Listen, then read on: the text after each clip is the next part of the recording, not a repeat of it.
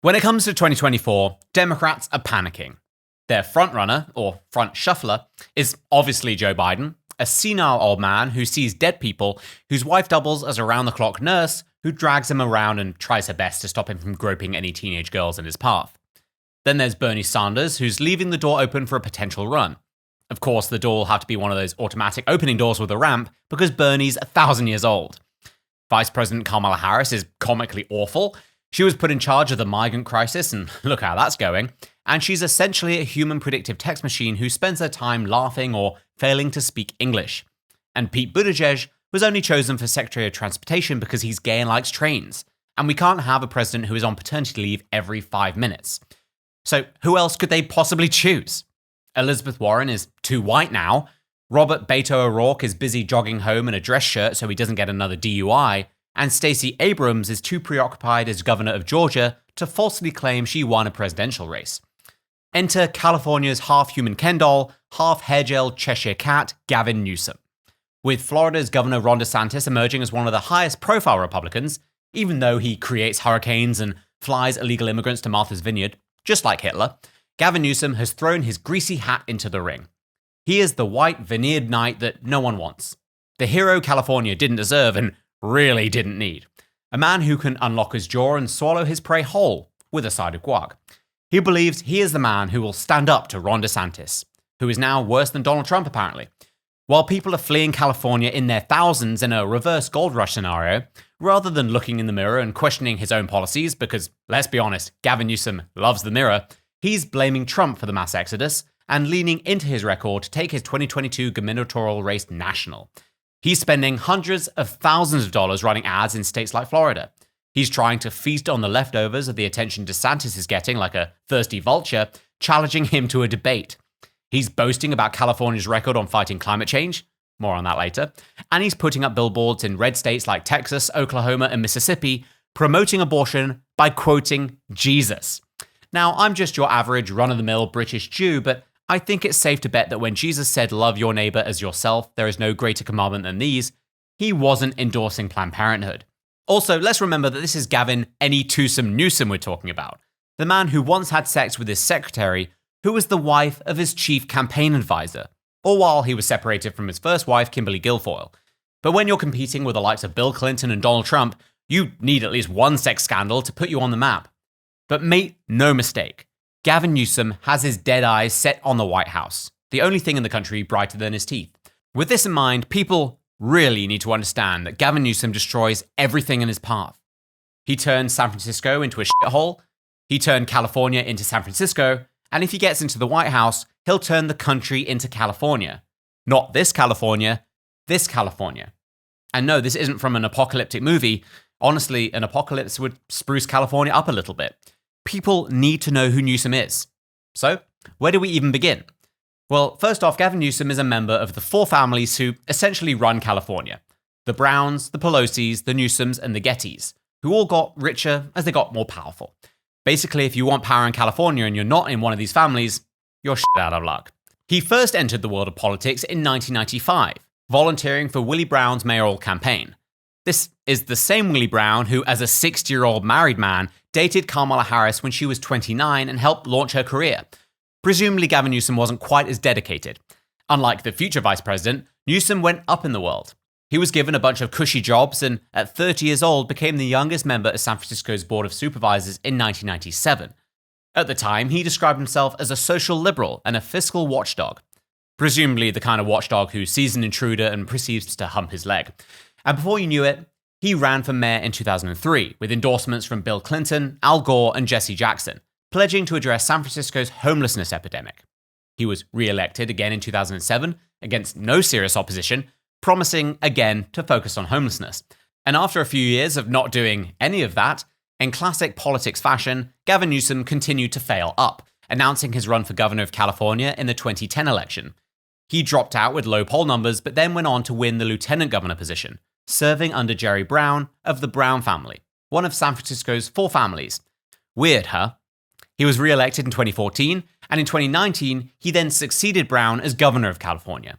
Turns out all you need to succeed in California is sheer grit and determination. And the right last name, a privilege that no one wants to talk about. And during that time, having destroyed San Francisco, Gavin Newsom moved on to destroy the state of California. First off, let's take a look at homelessness. Not only did it increase in San Francisco under Gavin Newsom as mayor, it exploded across the entire state under him as governor. As of January 2020, over 161,000 people were homeless in California. While 12% of Americans lived in California at that time, the state was home to 28% of all homeless people in the country. All as California essentially incentivizes homelessness, making cities like San Francisco unrecognizable and utterly uninhabitable, unless you like dodging poop and needles on your way to work. On the subject of crime, Gavin Newsom has failed too. Between 2020 and 2021, the latest data we have, homicides were up 7.2%. When a weapon was identified, 75% involved a firearm, despite the fact that California has some of the strictest so-called gun control policies in effect. Violent crimes increased by 6.7%, property crimes by 3%, all while the total arrest rate decreased by 7.3%. And what did Gavin Newsom do to address this? He oversaw statewide policy which included the closure of prisons and the release of tens of thousands of inmates, including bank robbers, kidnappers, and murderers. His work on prison reform also included signing Senate Bill 132 in 2020, the Transgender Respect, Agency, and Dignity Act. This allowed prison inmates to be housed based on their gender identity.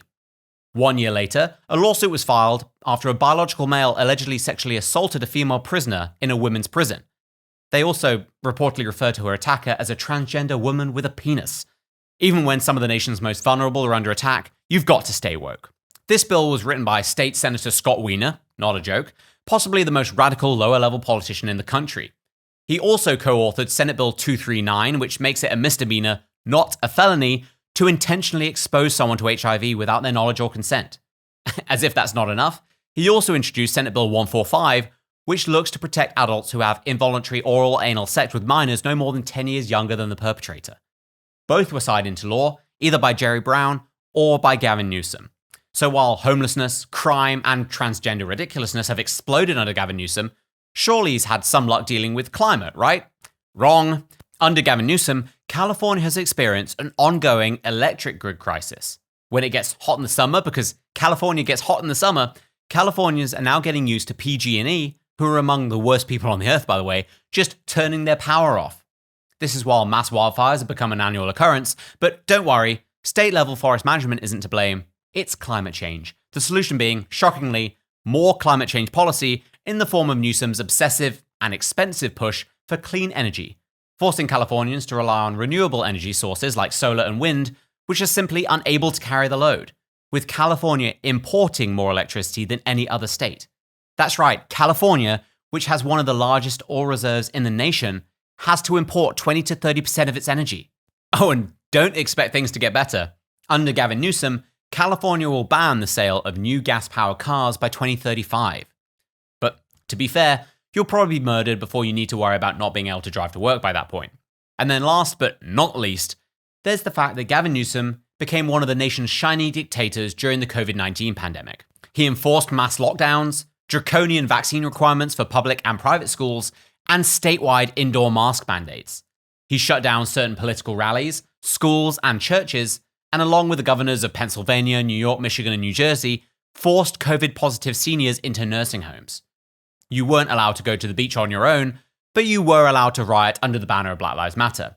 And throughout the pandemic, Gavin Newsom continually lauded his own success, even though almost a third of all California restaurants never opened again, and children in California had the lowest in-class, in-person schooling than any other state in the country. But that didn't stop Gavin Newsom from flying to DC this summer to get the 2022 Frank Newman Award for statewide innovation to celebrate his educational prowess, and all while being a massive hypocrite. He banned state funding of travel to red states whose COVID laws weren't strict enough, and then went on vacation to Montana, one of these evil states, with California taxpayers covering his security bill. He forced anyone with a pulse to wear a mask, but was seen hobnobbing with other hypocrites at the NFC Championship game in LA without wearing a mask. Then, he lied about it. I was very judicious yesterday, very judicious, and you'll see the photo that I did take where Magic was kind enough, generous enough to ask me for a photograph, and in my left hand's the mask, and I took a photo. The rest of the time I wore it. as we all should. More images like this of a maskless Governor Newsom popped up at the Rams 49ers NFC Championship game. He sent his kids back to private school to enjoy in-person learning, while regular, unimportant kids stayed locked in their homes as public schools remain closed, including in Sacramento County, where he lives.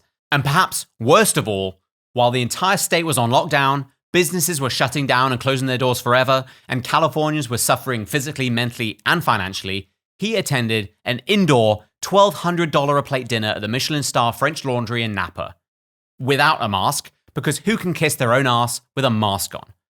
In the coming months, if Joe Biden wanders into traffic or gets lost at Walmart, the Democrats are going to be looking for someone to fill the void. And Gavin Newsom is going to be desperate to take up the mantle. Don't let the media reinvent him as America's Governor 2.0, now that Andrew Cuomo is gone forever. Gavin Newsom destroyed San Francisco. Then he destroyed California. If he wins in 2024, he'll destroy the entire country. I don't care that the idiots on The View think he's dishy. Come election time, we need every American to know that Gavin Newsom is the worst.